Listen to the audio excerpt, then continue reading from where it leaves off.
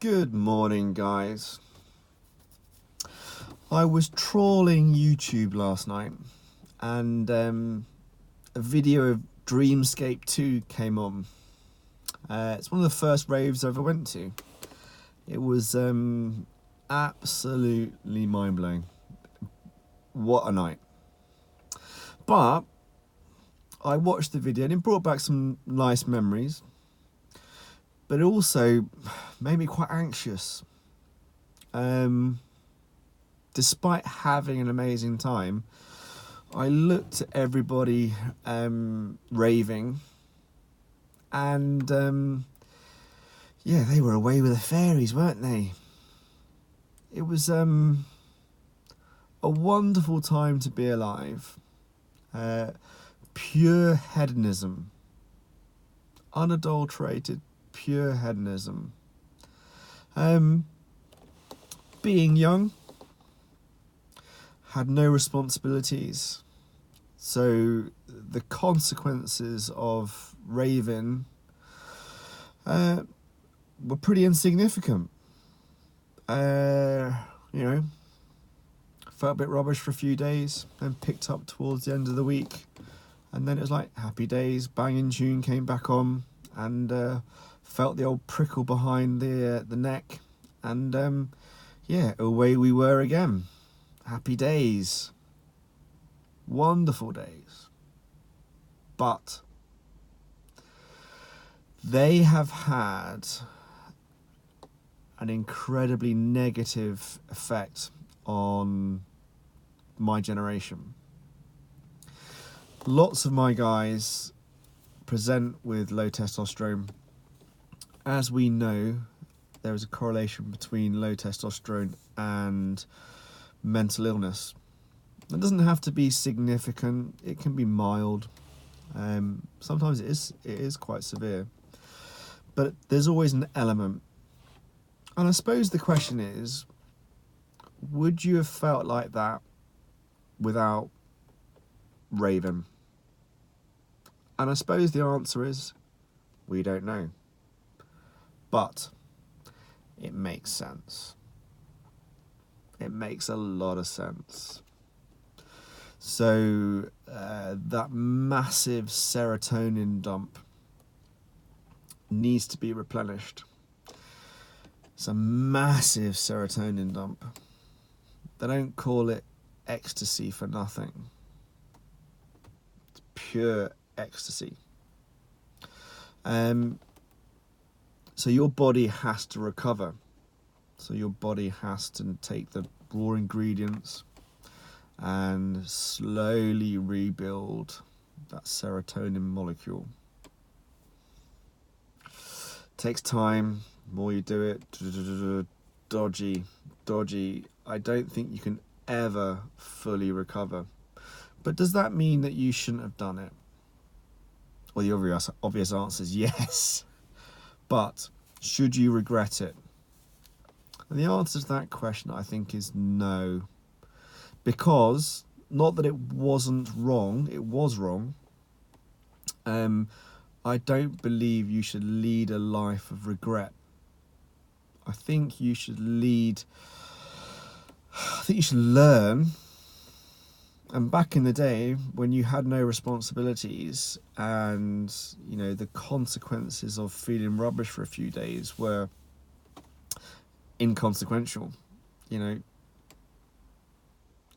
it's okay, but it catches up with you. So I don't know, if I could speak to my younger self, what would I say? I don't know. Incredible time, bad consequences. Can you get away with it? You can rationalize that you can get away with it, but you can't really. But conversely, lots of guys who present in their 40s and us Generation Xers have never touched recreational drugs, and they still have problems with low testosterone. Now, we've discussed this before. All hormones are dependent, not independent, whether that be direct or indirect. So choose your poison. steroids, alcohol, antidepressants, opiates, boxing. Boxing's incredibly healthy from the perspective it gives you discipline. Jiu-jitsu, again, massive amounts of discipline, but knocks to the head, causing that massive suppressing that massive sympathetic fight or flight reaction in jiu-jitsu, ultimately has a negative consequence. It's difficult, isn't it? You know, and I've got lots of guys actually have done nothing wrong.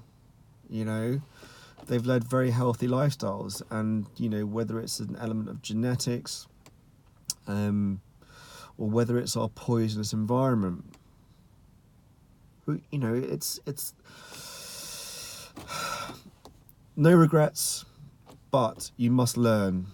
Okay, so today's the day.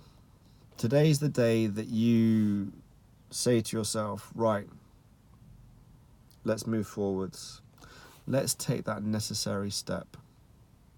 Now, hormonal balance is integral to mental health, in my opinion. So, you know, it's all about having that ability to react appropriately to highs and react appropriately to lows. Looking at those ravers back at Dreamscape 2, if something atrocious happened, say somebody collapsed, do you think they would react appropriately?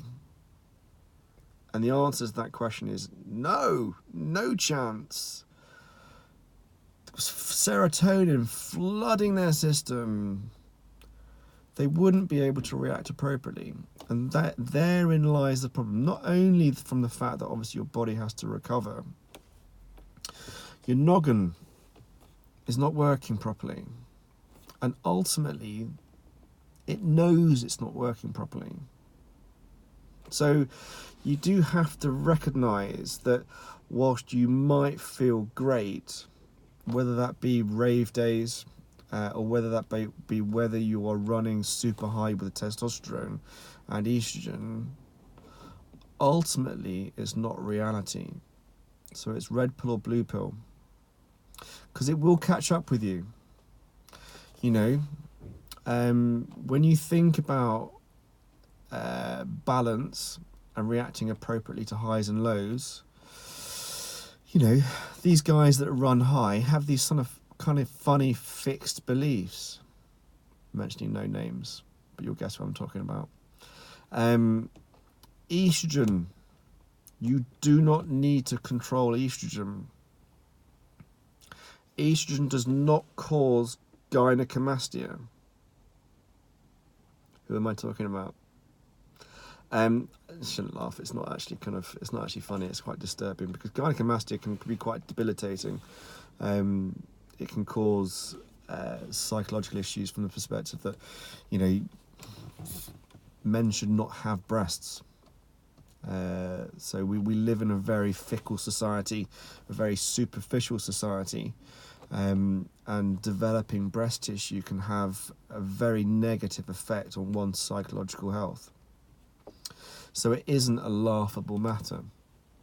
But when you have a fixed belief because you cannot see what's black and what is white, or you cannot see the fact that nothing's actually black and nothing's actually white, all shades of grey, and you hold on to those fixed beliefs because you're so determined to be right, because you do not understand the need for balance, but everything points to you being wrong, everything, then surely you really do need to sit down, reassess your beliefs, and be a little bit more considered. Now, hormonal balance should hopefully give you the ability to do that. And I hope you do listen and recognise that TRT is not all about feeling great. We want you to feel great, obviously, but I want you to feel great when something nice happens. I don't actually want you to feel great when something sad happens, because I think you should be sad. I think you should have the ability to cope, and I think optimal testosterone levels gives you the ability to cope, but it also gives you that ability to rationalize and come up with, hopefully, a plan to hope prevent that from happening again. So gynecomastia is a good example of that. When you have excess estrogen, estrogen is responsible for breast tissue development. Now, whether there are interventional or observational studies, and you are sticking so rigidly to a false assumption that just because there are no interventional studies demonstrating what you believe, but you are suffering the consequences of elevated estrogen. Because gynecomastia is not all about elevated, it's prolactin as well. And there is, it is a complicated subject, but if everything is pointing towards estrogen being the problem, and you have massively elevated estrogen levels, then you should really, really take a step back and sit down and go, listen, it doesn't matter that I was wrong. It really doesn't matter, because what you do today is what's important. I will always admit when I'm wrong. I'm often wrong. Lydia points it out constantly. And I will always admit to being wrong.